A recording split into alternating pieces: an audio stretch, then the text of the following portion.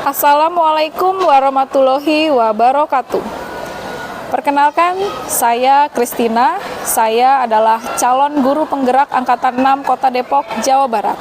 Dan saya hari ini akan melaksanakan kegiatan demonstrasi kontekstual, di mana kegiatan ini akan saya laksanakan dengan kegiatan wawancara bersama kepala sekolah di SDN Cisalak Pasar 3 mengenai pengambilan keputusan berbasis nilai-nilai kebajikan sebagai pemimpin.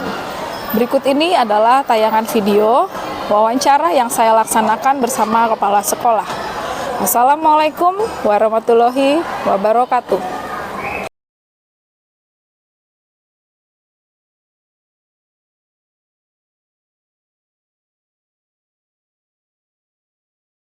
Assalamualaikum warahmatullahi wabarakatuh, Pak. Waalaikumsalam. Minggu ini kami dari program pendidikan guru penggerak sudah memasuki modul 3. Alhamdulillah. Jadi kebetulan saya mendapatkan tugas untuk melakukan wawancara dengan kepala sekolah terkait pengambilan keputusan berbasis nilai-nilai kebajikan sebagai pemimpin. Oh, ya. Ya, jadi saya mau mencari ilmu lah dari Bapak setidaknya seperti itu, supaya ilmu yang saya dapatkan itu bisa menjadi hal baru lagi untuk saya selaku calon guru penggerak, bagaimana caranya mengambil keputusan yang berbasis nilai-nilai kebajikan sebagai pemimpin. Ya Pak, kita boleh mulai pertanyaan ya Pak? Silahkan. Ya. Selama ini Pak, bagaimanakah langkah mengidentifikasi kasus-kasus yang merupakan dilema etika atau bujukan moral? Dalam hal ini saya melihat dari sudut pandang moral dan hukum. Apabila kasus tersebut melanggar hukum, maka sudah tentu benar lawan salah. Oke. Namun jika masih bisa dikatakan benar lawan benar, maka masalah tersebut adalah dilema etika. Oh iya Pak. Baik. Okay. Kemudian Pak, yang kedua nih, bagaimanakah Bapak menjalankan pengambilan keputusan, terutama untuk kasus-kasus di mana ada dua kepentingan yang sama-sama benar atau sama-sama mengandung nilai kebajikan? Jadi ini kasusnya sama-sama benar ya, Iya, dua-duanya mengandung nilai kebajikan ya, nilai Iya. kebenaran. Iya Pak. Oke, jadi selama ini saya melakukan identifikasi khusus dari berbagai sudut pandang. Kemudian saya menimbang secara matang mana yang paling benar, dan keputusan tersebut harus bisa menguntungkan banyak orang, ya. Jadi dalam hal ini tidak ada yang dirugikan. Berarti antara keduanya itu harus bisa membuat sama-sama untung lah, tidak memberatkan yang lain gitu ya Pak? Seperti itu dalam mengambil keputusan hal tersebut, ya. Oke. Kemudian Pak, langkah-langkah atau prosedur seperti apa yang biasa diambil dalam mengambil keputusan Pak? Dalam mengambil keputusan itu yang pertama menentukan penyebab permasalahan. Tentukan siapa yang saya berdiskusi dengan warga sekolah untuk membuat beberapa solusi keputusan. Jadi lalu saya menimbang lagi dari berbagai sudut pandang sebelum memutuskan atau mengambil solusi. Jadi keterlibatan banyak orang ini hal yang penting dalam kalau saya untuk mengambil keputusan. Untuk mengambil keputusan itu, jadi saya bisa bertanya dengan guru 1, guru 2, bahkan sampai saya bisa bertanya kepada yang kadang-kadang di sekolah itu kan ada yang nunggu ya, di kelas 1 itu banyak ibu ya, bisa nungguin. Jadi tidak sepihak lah dalam mengambil keputusan dulu, saya pertimbangkan dengan sematang-matangnya itu Bu. Oh ya. Baik Pak, kemudian yang keempat, hal-hal apa saja yang selama ini Bapak anggap efektif dalam pengambilan keputusan pada kasus-kasus dilema etika Pak?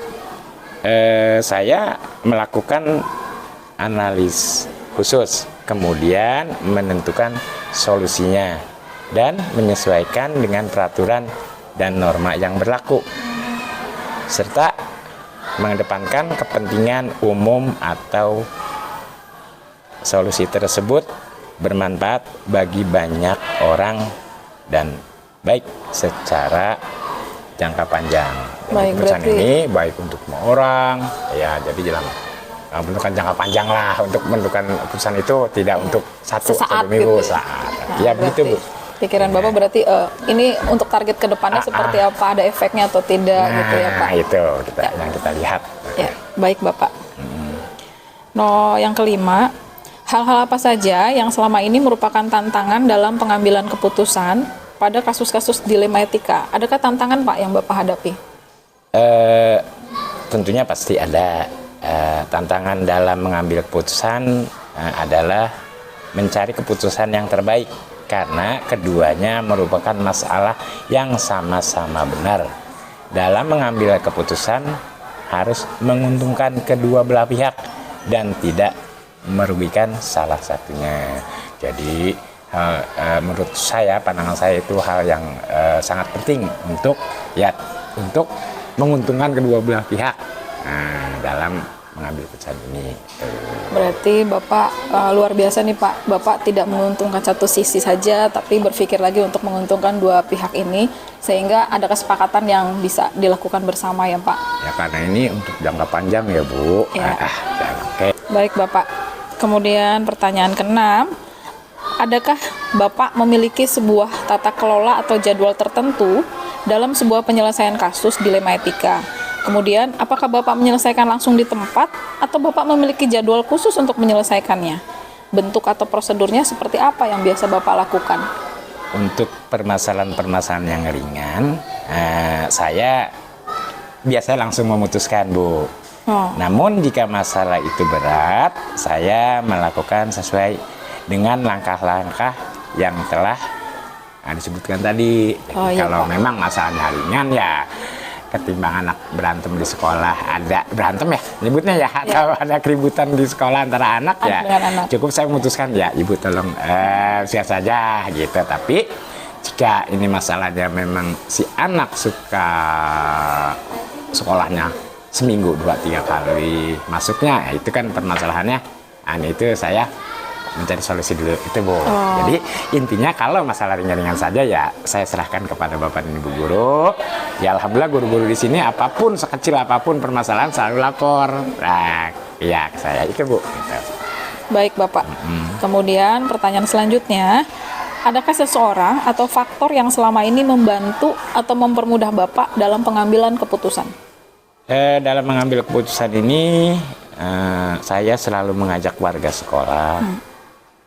Stakeholder, wali murid, orang-orang yang mengalami kedekatan personal dengan orang yang mengalami permasalahan. Jadi banyak yang bantu dalam mencari alternatif solusi.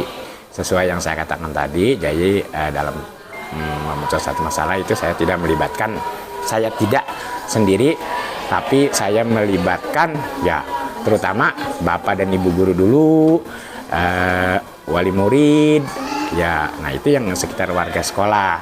Jadi dalam mengambil keputusan ini tidak semata-mata langsung, tapi kami saya diskusikan dulu gitu Bu. Oh iya Pak. Baik Bapak, ini pertanyaan terakhir nih Pak. Ya. Dari semua hal yang telah disampaikan, kira-kira pembelajaran apa yang Bapak bisa ambil dari semua pengalaman Bapak nih dalam mengambil keputusan? Intinya ini menjadi lebih bijaksana dalam menganalisis sebuah permasalahan untuk dijadikan pertimbangan, memutuskan solusi yang tepat dan terbaik.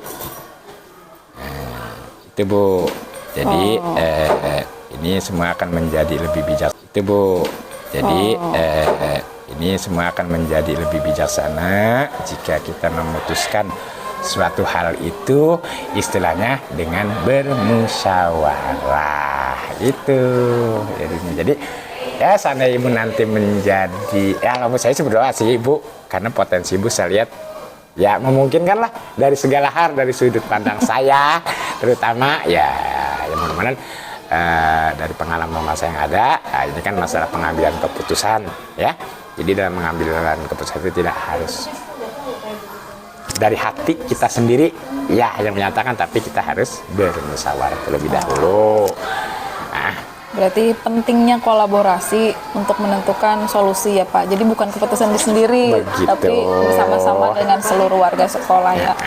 Bapak baik, terima kasih Bapak untuk kegiatan wawancara hari ini. Saya mendapat ilmu yang banyak sekali dari Bapak. Sungguh Bapak melakukan hal keputusan yang berbasis nilai-nilai kebajikan sebagai pemimpin itu bisa saya contoh, bisa saya aplikasikan dalam kehidupan nanti sehari-hari lah. Baik Bapak, terima kasih Bapak untuk waktunya. Assalamualaikum warahmatullahi wabarakatuh. Assalamualaikum Ibu. Waalaikumsalam. Selamat pagi. Pagi juga. Ibu gimana kabarnya, sehat? Alhamdulillah sehat. Iya. Ibu mohon izin, hari ini saya mau melakukan kegiatan wawancara dengan Ibu selaku kepala sekolah di SDN Curug 3. Jadi kami dari program pendidikan guru penggerak, minggu ini kami mulai memasuki modul 3, di mana modul 31 ini kami harus melaksanakan kegiatan demonstrasi kontekstual. Demonstrasi kontekstual ini adalah melakukan kegiatan wawancara dengan kepala sekolah dari sekolah saya tempat bekerja dan satu lagi kepala sekolah di sekitar lingkungan sekolah. Jadi dalam kegiatan wawancara ini saya mau minta izin Ibu untuk mengadakan kegiatan wawancara bagaimana pengambilan keputusan berbasis nilai-nilai kebajikan sebagai pemimpin. Saya boleh belajar dari Ibu ya Bu? Iya, kita sama-sama belajar. Baik Ibu. Mudah-mudahan bisa menjawab apa yang ditanyakan. Amin. Ya Ibu, saya mau mulai kegiatan wawancara. Ibu sudah nyaman kan duduknya? Ya, insya Allah sudah. Ya, baik kita mulai ya Bu ya. Ya, silakan. Ya, Ibu, selama ini bagaimanakah langkah Ibu mengidentifikasi kasus-kasus yang merupakan dilema etika atau bujukan moral? Ya, saya melihat bahwa kasus dilema etika dan bujukan moral itu ternyata ada perbedaan ya. Kalau dilema etika itu di mana kasus itu benar, ada dua kasus, yang satu benar dan satu lagi benar. Yang sedangkan bujukan moral, satu kasus itu benar dan satu kasus itu salah berdasarkan moral gitu. Secara moral, kalau yang dilema etika dua-duanya benar, tapi kalau bujukan moral salah satunya benar. Oh gitu ya Bu ya. Baik Ibu, kemudian yang selanjutnya, bagaimanakah Ibu menjalankan pengambilan keputusan, terutama untuk kasus-kasus di mana ada dua kepentingan yang sama-sama benar atau sama-sama mengandung nilai kebajikan? Ya. Biasanya kami di sini dengan guru-guru, saya rundingkan dulu dengan guru-guru ada kasus seperti ini, dan kita analisis dulu, ya, bagaimana fakta-faktanya yang terjadi, siapa saja yang terlibat, dan menganalisis benar salahnya, lalu membuat alternatif solusi. Mana yang lebih diutamakan, diprioritaskan.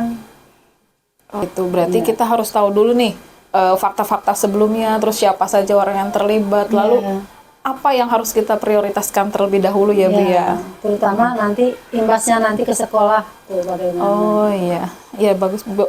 Itu luar biasa berarti Bu. Kemudian selanjutnya Bu, kira-kira langkah atau prosedur seperti apa yang biasa Ibu ambil dalam mengambil keputusan Bu? Seperti tadi, pertama mengumpulkan data, yang kedua siapa saja yang terlibat, setelah itu baru menganalisis permasalahan, lalu terakhir membuat alternatif solusi. Berikutnya mengambil keputusan yang tentunya keputusan tersebut berimbas baik untuk sekolah. Oh iya, ya Ibu ya. Jadi keputusan itu nggak main-main diambil yang penting cepat selesai gitu, tapi tidak banyak langkah-langkah prosedur yang harus tahap-tahap itu dilalui dulu, baru nanti menentukan keputusan. Karena kita harus tahu akar permasalahannya apa. Gitu. Iya, baik Ibu. Ibu, selama ini kira-kira apa yang selama ini Bu anggap efektif dalam pengambilan keputusan pada kasus-kasus dilema etika? Iya. Yang pertama itu yang dilihat siapa sih yang terlibat dalam masalah itu. Imbasnya bagaimana nih nanti ke sekolah, terutama ke pembelajaran siswa, ke mutu sekolah. baru membuat alternatif solusi. Oh ya, sama seperti yang tadi Bu ya. Ya. Mm-mm. Baik Ibu, pertanyaan selanjutnya, hal apa saja yang selama ini merupakan tantangan dalam pengambilan keputusan pada kasus-kasus dilema etika Ibu? Ya. Selama ini yang kami alami sih, walaupun nggak begitu sering terjadi dilema etika, tapi yang kami lihat itu mana yang lebih, karena dilema etika itu kan dua kasus yang menurut sama-sama. moral sama-sama benar. Nah, tapi kami prioritaskan dulu yang mana nih yang lebih diambil dulu keputusannya. Oh, iya. Baik Ibu. Kemudian Ibu yang keenam, adakah Ibu memiliki sebuah tata kelola atau jadwal tertentu ya dalam sebuah penyelesaian kasus dilema etika? Apakah Ibu menyelesaikan langsung di tempat ketika satu masalah itu terjadi, atau Ibu memiliki jadwal khusus untuk menyelesaikannya? Kemudian bentuk atau prosedur apa yang Ibu lakukan? Kalau untuk jadwal, terus terang kami nggak ada, karena kami tidak mengharapkan Iya, betul. terjadi seperti itu. Iya. Ya. Tapi jika terjadi seperti itu, maka kami tidak langsung tetap mengumpulkan data dulu, fakta, siapa saja yang terlibat, akar permasalahan bagaimana, nanti ibasan bagaimana, baru kami menentukan solusi. Solusinya ya Ibu. Baik Ibu, terima kasih. Kemudian ini pertanyaan yang selanjutnya Ibu, adakah seseorang atau faktor yang selama ini membantu atau mempermudah Ibu dalam pengambilan keputusan Bu? Banyak sekali, kadang-kadang dari pihak guru, pihak komite, atau kami langsung dengan atasan kami pengawas. Oh, Jika iya. permasalahan ini tidak bisa kami Selesaikan dulu. di sekolah. Oh iya. Ada yang terkait, pihak terkait yang tentunya sejalan dengan kasus ini. Oh iya. Berarti di sini pentingnya kolaborasi juga ya Bu ya. Dengan berbagai pihak, terutama terkait dengan pendidikan. Jadi Ibu menyelesaikan satu permasalahan tidak dari pandangan Ibu sendiri, tapi Ibu perlu kolaborasi dengan teman-teman di sekolah, dengan atasan ya Bu ya. Wah, Ibu hebat sekali Bu. Baik Ibu, pertanyaan terakhir nih Bu. Dari semua hal yang telah disampaikan, kira-kira pembelajaran untuk Ibu ketika dalam kegiatan penyelesaian pengambilan keputusan berbasis nilai-nilai kebajikan sebagai pemimpin, kira-kira apa yang bisa Ibu petik dari pengalaman Ibu? Ya, saya bisa mengambil hikmahnya dari setiap kejadian-kejadian dalam mengambil keputusan, sehingga keputusan yang kami ambil benar-benar bermanfaat untuk kami semua. Oh, Tidak menimbulkan masalah baru. Bagus ya Bu, benar-benar. Tidak menimbulkan masalah baru, kemudian berarti Ibu juga punya pandangan bahwa ketika masalah itu selesai, setidaknya masalah itu tidak menimbulkan masalah baru, dan solusi itu tentu bisa lebih jangka panjang. Jangka panjang dan puas bagi semua pihak menerimanya. Baik yang orang yang bermasalah itu sendiri maupun sekolah, dan kami sebagai di sini sebagai yang dituakan. Oh iya, berarti Ibu hebat nih, tidak ada orang-orang yang dirugikan ya Bu ya, berarti semuanya Diusahakan yang sampai yang dirugikan. Iya, bagus Ibu. Baik Ibu, terima kasih Ibu untuk pengalaman hari ini. Saya terima kasih sekali untuk kegiatan wawancara kita hari ini. Bersyukur saya dapat ilmu dari Ibu tentang pengambilan keputusan berbasis nilai-nilai kebajikan sebagai pemimpin. Ibu, saya mengucapkan terima kasih. Semoga kepemimpinan Ibu akan terus menjadi ilmu-ilmu baru, menjadi hal-hal kebajikan buat Ibu juga, terutama amal ibadah Ibu ya Bu ya. Terima kasih Ibu, saya mohon pamit. Ibu juga mengucapkan terima kasih. Seperti mendapat ilmu baru, seperti mendapat, kalau HP mah dapat casan baru. Oh iya. Seperti diingatkan. Jadi di-refresh lagi ya Bu ya. Di-refresh lagi. Terima kasih atas kehadirannya, kedatangan kunjungannya ke SDN Curug 3. Baik Ibu, terima kasih. Assalamualaikum Ibu. Waalaikumsalam. Semoga